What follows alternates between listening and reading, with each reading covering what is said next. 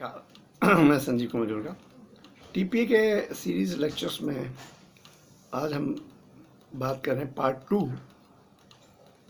जिसमें टीपीए तो पहले इंश्योरेंस कंपनी एंड ब्रोकर्स तीनों के आपस के कनेक्शन के मेनली टीपीए के एंगल से, पर इंश्योरेंस कंपनीज एंड ब्रोकर्स के एंगल से भी है। पिछले पार्ट 1 में हमने बताया कि ब्रोकर्स को बेस्ट सर्विस देने के लिए किस तरह के जेम प्रोफेशनल होने चाहिए, उन्हें क्या क्या पता होना चाहिए। आज हम बात करते हैं मार्केटिंग स्ट्रेटजीज़ की, पहले टीपीए की। तो टीपीए जो है, ऑब्वियसली अब टीपीए को किस के पास जाना है काम मांगने के लिए? इंश्योरेंस सेक्टर है, ब्रोकर है और कॉरपोरेट है, ठीक है। तो लेकिन मार्केटिंग स्ट्रेटजी से पहले हम एक बहुत इम्पोर्टेंट मैटर, ये तीनों का कनेक्शन की जब मैं बात कर रहा हूँ उसको डिस्कस करते हैं। टीपीए को एक क्या प्रॉब्लम्स आती हैं कि टीपीए को, देखिए टीपीए का मेन बॉस कौन है? Insurance company. क्यों? इंश्योरेंस कंपनी उसे फीस देती है, ठीक है। लेकिन ब्रोकर भी सुपरवाइज करता है, अब कॉर्पोरेट भी सुपरवाइज करता है। तो तीन जने हैं जो सुपरवाइज करते हैं, insurance company, broker and corporate. और ये लोग अपने अपने हिसाब से MIS मांगते हैं, अपने हिसाब से डाटा मांगते हैं। तो कम्युनिकेशन कितना बढ़ जाता है, आप देखिए। आपने तीनों को सेटिस्फाई करना है टीपीए को। तो ये एक टीपीए के तीन आका हैं, टू बी प्रिसाइज। अब अगर डिमांड है तो किसके काम पहले करें? तो इसके लिए देखिए, main boss of TPA is insurance company, क्योंकि वो फीस देती है। लेकिन इंश्योरेंस कंपनी का बॉस कौन है? कॉरपोरेट, जो उसको फीस देता है। टीपीए का अल्टीमेट बॉस कौन हुआ? Corporate, yes. सबसे पहले कॉरपोरेट की डिमांड्स को सेटिस्फाई कीजिए, रिक्वायरमेंट्स को सेटिस्फाई कीजिए। उसके बाद इंश्योरेंस कंपनी, फिर ब्रोकर भी। अब देखिए, ब्रोकर वाले मुझे टेढ़ी नज़र से देख रहे होंगे, मैंने उनको कहा लास्ट में। और ये उनके लिए एक चैलेंज भी होता है, क्योंकि उनकी एक सर्विस मैंने पहले बताई थी क्या है, दूसरी सर्विस है टीपीए से काम कराना। तो यहाँ पे क्योंकि वो बेचारे पीछे होते हैं, इसलिए उनको मुश्किल होती है काम करवाना। तो टीपीए को बेचारे तीन जनों को MIS वगैरह देनी पड़ती हैं, ईमेल्स आएंगी उनको जवाब देने वगैरह वगैरह। तो इसका सॉल्यूशन तो यही है कि अगर आप अपना काम परफेक्ट रखिए कि किसी से कम्युनिकेशन खास हो ही ना, तो कोई प्रॉब्लम नहीं है। MIS आपकी टाइम पे जा रही हैं, करेक्ट जा रही हैं, तो कोई प्रॉब्लम ही नहीं है। तो यही कहता हूँ, पर ये आसान काम नहीं है, मुश्किल है, पर किया जा सकता है अगर एडमिनिस्ट्रेटिवली एंड सिस्टमेटिकली किया जाए तो ये एक तरीका है। तो हमने देखा तीनों का कनेक्शन, इस समय हम तीनों की बात कर रहे हैं, स्पेशली कनेक्टेड। और या कुछ भी बात करेंगे तो तीनों के बारे में थोड़ा बताएंगे। अभी हम टीपीए मार्केटिंग स्ट्रेटजीज की बातें कर रहे थे। तो भाई टीपीए की जो मार्केटिंग आपने करनी है, तो हम यही बोल रहे थे, ब्रोकर्स भी हैं, इंश्योरेंस कंपनीज भी हैं और कॉरपोरेट भी हैं। तो टीपीए को कॉरपोरेट्स में जाना चाहिए विद बेस्ट प्रेजेंटेशन। मैंने कहा था ना, पेनिट्रेशन। हो सकता है उनका और कोई और टीपीए हो, लेकिन आप जाइए और आप में क्या दूसरों से बेहतर है, ये प्रेजेंटेशन में होना चाहिए। इसमें मेन तो सर्विस ही है, हमेशा मैं कहता हूँ। क्लेम्स करेक्टली पे हो रहे हैं, जल्दी पे हो रहे हैं। तो मैं बात कर रहा हूँ मार्केटिंग टैलेंट और सर्विस के हिसाब से। ये मार्केटिंग के 2 एस्पेक्ट होते हैं। दूसरा aspect is not my cup of T. मेरी यही आदत है, जिसकी मुझे एक्सपर्टाइज़ है वो तो मैं डंके की चोट बोलता हूँ। जैसे मुझे एक्सपर्टाइज़ है अकाउंट्स चेकिंग की, और इस तरह के इंटरनल चेक्स बनाना मैनुअली या कंप्यूटर से, कि मिस्टेक्स ना हो, फ्रॉड्स ना हो तो हाईलाइट हो जाएं। And internal audit, year and financials, efficient administration, training देना और ट्रेनिंग इंचार्ज, क्या ट्रेनिंग किस डिपार्टमेंट में क्या करानी चाहिए, इसकी एक्सपर्टाइज। देन कंप्यूटर सॉफ्टवेयर में सिस्टम डिज़ाइनर, और जैसे मैंने बताया टीपीए में तो हर डिपार्टमेंट की नॉलेज है, क्लेम्स वगैरह, क्लेम्स की सर्विस कैसे बढ़ाई जाए। तो जो नॉलेज है वो मैं मानता हूँ। मार्केटिंग स्ट्रेटजीज बनाना, एडवर्टाइजमेंट बनाना, लेकिन वैसे मार्केटिंग करना जो दूसरा पार्ट है वो मुझे नहीं आता, जहाँ पर हमें लोगों को अपीज करना पड़ता। That is not my cup of T please.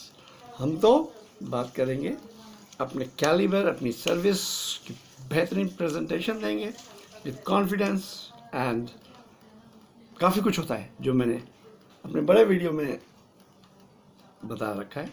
उसकी छोटी सी झलक मैं यहाँ देता हूँ, जैसे कि मैंने बताया था आपको। तो वो सब करके प्रेजेंटेशन देंगे, आप पेनिट्रेट करेंगे, जाएंगे हर जगह। तो इस तरह से वहाँ जाइए, फिर इंश्योरेंस कंपनीज भी जाते रहिए, क्योंकि उनका भी सही होता है टीपीए सेलेक्ट करने में। ब्रोकर्स के पास भी जाना पड़ेगा। तो a lot you have to do, but अगर आपका अच्छा टैलेंट और सर्विस है तो यू कैन। तो ये हुआ मार्केटिंग स्ट्रेटेजीज। अब स्टैट्यूटरी ऑडिट्स बहुत ही इंपॉर्टेंट एस्पेक्ट होता है। एक तो डिफरेंट जो इंश्योरेंस कंपनीज आके ऑडिट करती हैं वो बहुत इंपॉर्टेंट होता है। इंटरनल ऑडिट बहुत इंपॉर्टेंट होता है क्लेम्स के लिए, जैसे मैंने बताया। लेकिन स्टैट्यूटरी ऑडिट तो ओवरऑल पोजीशन के लिए बहुत इंपॉर्टेंट होता है, स्पेशली कंपनी जो लिस्टेड कंपनी है या बनना चाहते हैं। तो स्टैट्यूटरी ऑडिट्स जनरली मैंने देखा कि जनरली जो कंपनीज हैं एंड ऑफिसर्स हैं, स्टैट्यूटरी ऑडिटर्स के नाम से काफ़ी घबराते हैं लोग। तो लेकिन मैं नहीं घबराता। मैंने इंश्योरेंस कंपनी में मेरा अपना ऑफिस अंडर में 10 ऑफिसर्स थे, तो 11 ऑडिट्स कराता था हर साल। तो अराउंड 80 के करीब ऑडिट्स कराए होंगे स्टैट्यूटरी ऑडिट। तो मैं इसलिए नहीं घबराता क्योंकि मेरा काम करने का तरीका, जैसे मैंने बताया था, एज एन ऑडिटर ही होता है। जो ऑडिटर को चाहिए वो मेरा पूरे साल में काम ही उस तरह से करता हूँ। तो इसलिए आई एम नॉट वरीड। तो बल्कि तो उनसे जो है मेरा इक्वली लेवल पे बातें होती हैं। Rather I am a chartered accountant और फेलो इंश्योरेंस इंस्टीट्यूट हूँ, और इंश्योरेंस की इतनी सारी नॉलेज है तो उनसे थोड़ा हायर ही होता हूँ, and they give me a great respect. तो स्टैट्यूटरी ऑडिटर्स के साथ रैपो बनाना बहुत ज़रूरी है। और आप देखिए तभी तो इंश्योरेंस कंपनी में मैं ऑडिटेड ट्रायल बैलेंस देने की फर्स्ट तारीख 16 अप्रैल थी। उससे पहले नहीं दे सकते थे, वरना मैं उससे पहले देता था। तो 16 अप्रैल लोगों को कहा जाता था भाई 30 जून से बाद में नहीं देनी, मुझे कहता था 16 अप्रैल से पहले नहीं देनी। तो अब 16 अप्रैल तक ऑडिट करा के 11 ऑफिसर्स का देना, जबकि उन दिनों ऑडिटर्स बिजी होते हैं बैंक ऑडिट्स में।